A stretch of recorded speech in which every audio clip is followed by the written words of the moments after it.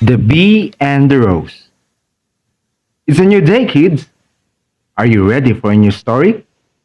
So let's start about the story of the Bee and the Rose by Templeton Moss. Once upon a time, there was a bumblebee who loved a flower. This was not so unusual, as bees often fall in love with the flowers in the gardens. But what was unusual was that this bee was in love with a rose. Roses, as you know, are the monarchs of the garden. They are too fine and lovely for common things like bees. But this rose was different from the others, and she loved her bee just as much as he loved her. One day, the queen was walking through the garden, and she said to the gardener, From now on, I should like you to cut me a bouquet of roses every Sunday. Sure, my queen, everything you want. I will always pick you a bouquet of fresh roses. The gardener promised he would do so. It was a simple enough request to him, but to the rose who loved the bee, it was terrible.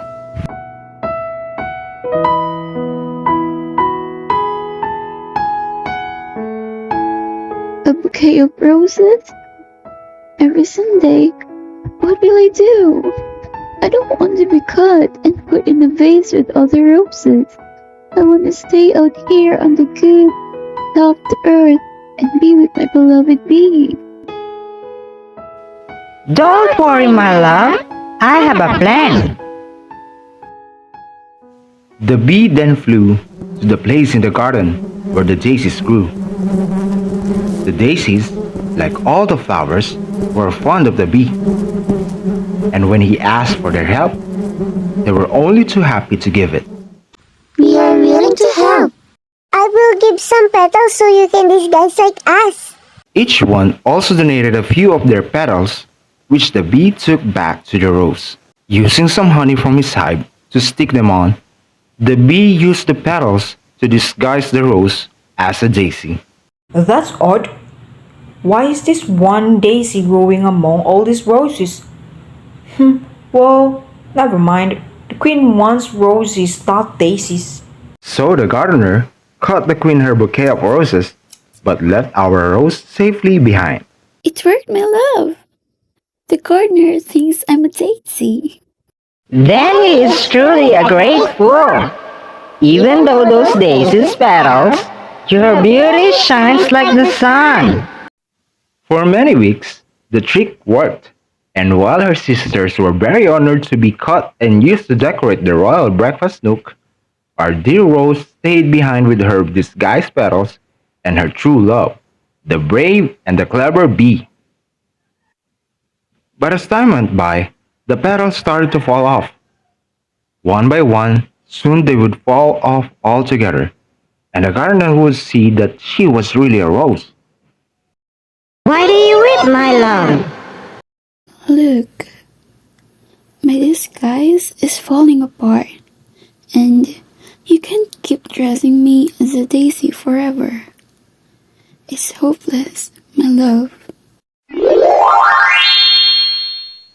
Nothing is hopeless where there is love. And before the startled eyes of the rose, the bee transformed into a magical fairy. I'm sorry to deceive you. I only meant to turn into a bee for a short time. But then I met you, a rose, the most beautiful, fragrant, and elegant flower in the garden. And yet you fell in love with a lowly bee. You truly have a good heart, beloved. And because of that, I will grant you any wish you desire. Then I wish you could make me Daisy, a real Daisy, so I can stay here in the garden, surrounded by my sister flowers, and the gardener will never cut me for the queen's bouquet. Are you sure? It would mean giving up your life as a rose. I would rather be a daisy if it means I can be free and happy, and if it means you will stay with me. And the rose became a daisy, and she lived among the other daisies in the royal garden. And the fairy turned back into a bee so that they could be together just as they were before.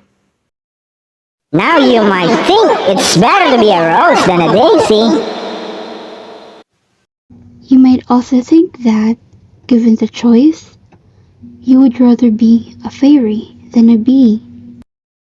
But I think if you really thought about it, you realize that one thing you want to be most of all is happy. And then the bee and the rose will live happily ever after. Kids, did you enjoy the story? Oh, they're now sleeping. Good night, kids. I hope you enjoyed the story.